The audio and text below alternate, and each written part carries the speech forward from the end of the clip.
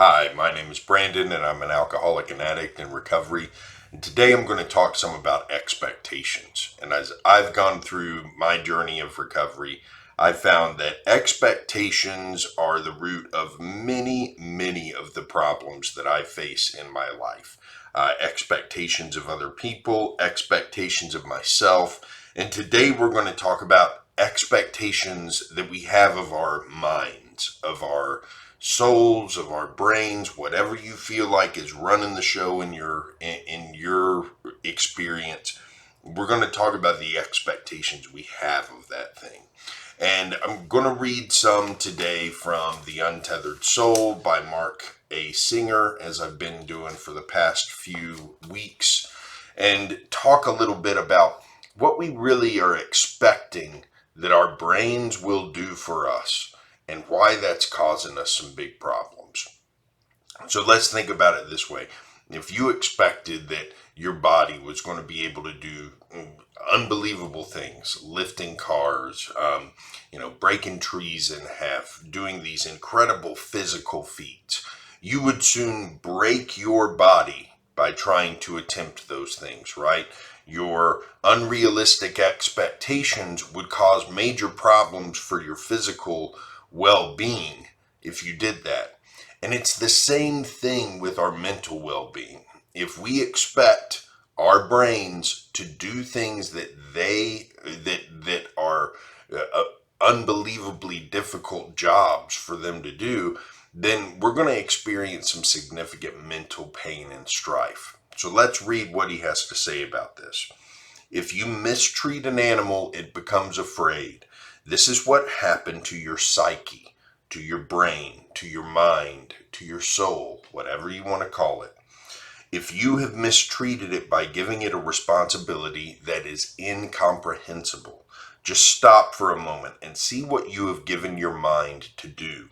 You said to your mind, I want everyone to like me. I don't want anybody to speak bad of me. I want everything I say to be acceptable and pleasing to everyone. I want everything I do to be acceptable and pleasing to everyone. I don't want anyone to hurt me. I don't want anything to happen that I don't like. And I want everything to happen that I do like. Then you said, now, mind, figure out how to make every one of these things a reality, even if you have to think about it day and night. And of course, your mind said, I'm on the job. I'll work on it constantly. So you may not have said these things consciously. You may not have had a moment in your life where you sat down and had these thoughts. But I think if you reflect on what this says, you'll see that, this is basically the job that many of us give our minds is this is the way we want the world to be.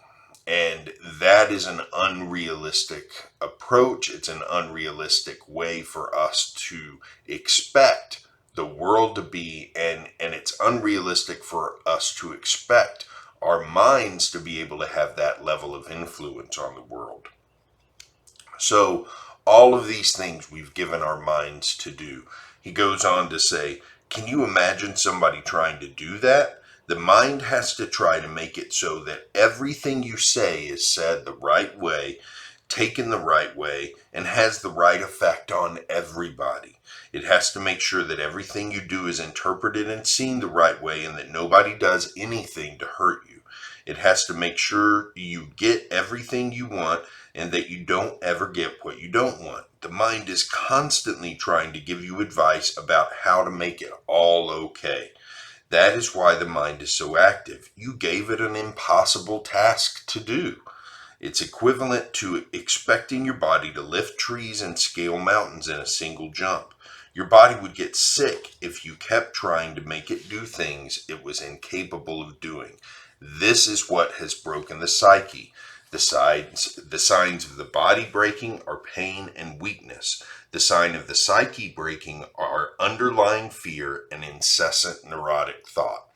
So, if you have anxiety, if you have any kind of obsessive or compulsive thinking, where you can't stop thinking about a particular thing, or you keep going back to the same thought process and going through that. Other signs of this are thinking about, catastrophizing. So thinking about terrible things that might happen. And that usually pairs very nicely with obsessive compulsive thought or with anxious thought. All of these things are signs that you are expecting your mind to do something that is simply too much for it to do. And those expectations about not only what your mind can do, but your overall realm of influence in the world, and your ability to make everything okay in the world, uh, those are usually very linked together. So when you have unrealistic expectations about what you can do in the world and how you're going to be able to control the things around you, these are the kinds of thought processes that typically come up. So, reading the next paragraph, Singer says, at some point you have to wake up and acknowledge that you have a problem inside. Just watch and you'll hear your mind is constantly telling you what to do. It tells you to go here but not there, and to say this but not that. It tells you what to wear and what not to wear. It has never stopped. Wasn't it that way in high school? Wasn't it that way in junior high and elementary school? And hasn't it always been that way? This act of constantly worrying about yourself is a form of suffering. But how do you fix this? How do you get it to stop? Many people try to fix their inner problems by getting better at the same external games they've always played. If we take a snapshot of our inner problems, we will see that each person has what we'll call the problem of the day. This is the thing that's bothering them the most at any given moment. When the current problem isn't bothering them, the next one pops up. And when that one isn't bothering them, the next one pops up. That is what your thoughts are about. Your thoughts tend to focus on what is bothering you today. Your thoughts are about the problem, why it's bothering you, and what you can do about it. If you don't do something about this, it will go on for the rest of your life. So, everybody, I think, has experienced this in some way, shape, or form. The problem of the day. And we get really focused on what's bothering us today. There's even the cliche of, someone sitting in a psychologist's office and the psychologist says to them, so what's bothering you today? And we don't really think about why that question is being asked. The point of that interaction is that the psychologist knows there's always something bothering this person. There's always something bothering this person, you know. And so we need to think about that. The fact that there's always something bothering us, always something on our minds. Now, is that just the way the world is? It's not the way it has to be. That's what Singer talks about in the next couple of paragraphs. He says, what you'll see is that your mind is always telling you that you have to change something outside in order to solve your inner problems. But if you're wise, you will not play this game. You'll realize that the advice your mind is giving you is psychologically damaged advice. Your mind's thoughts are disturbed by its fears. Here comes fear again. Very critical. Of all the advice in the world that you do not want to listen to, it is the advice of a disturbed mind. Your mind actually misleads you. Suppose it tells you, if I could just get that promotion, then I'd be fine. I'd feel good about myself and I could get my life back together. Have you found that to be true?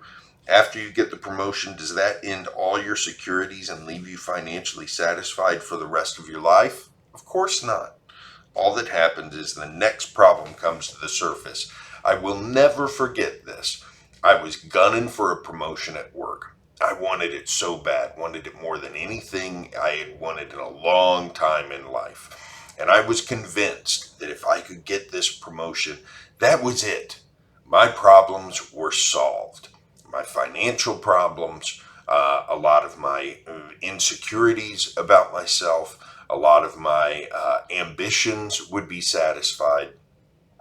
And I got that promotion, and that feeling of satisfaction lasted about a day. And then some other things came up, and all of a sudden, I wanted something else. I needed something else.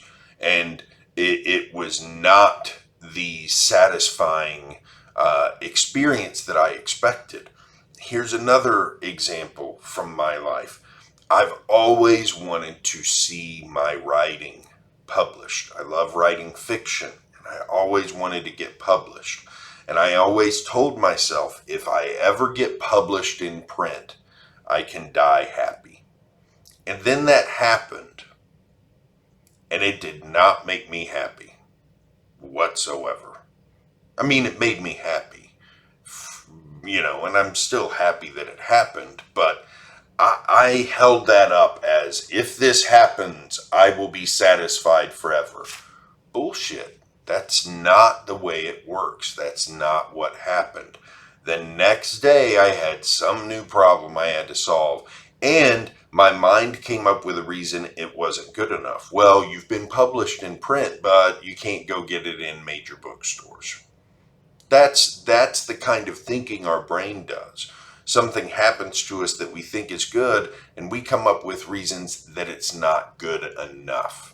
So we need to get into how we break this pattern, and that's what I'll be doing tomorrow, is talking through the next part of the chapter where we talk about breaking out of this pattern and coming to more realistic grips on the expectations that we have on our mind, on what we can control, and on what to expect from the world around us. In the meantime, I hope you have a great day, and I'll see you back here tomorrow with more.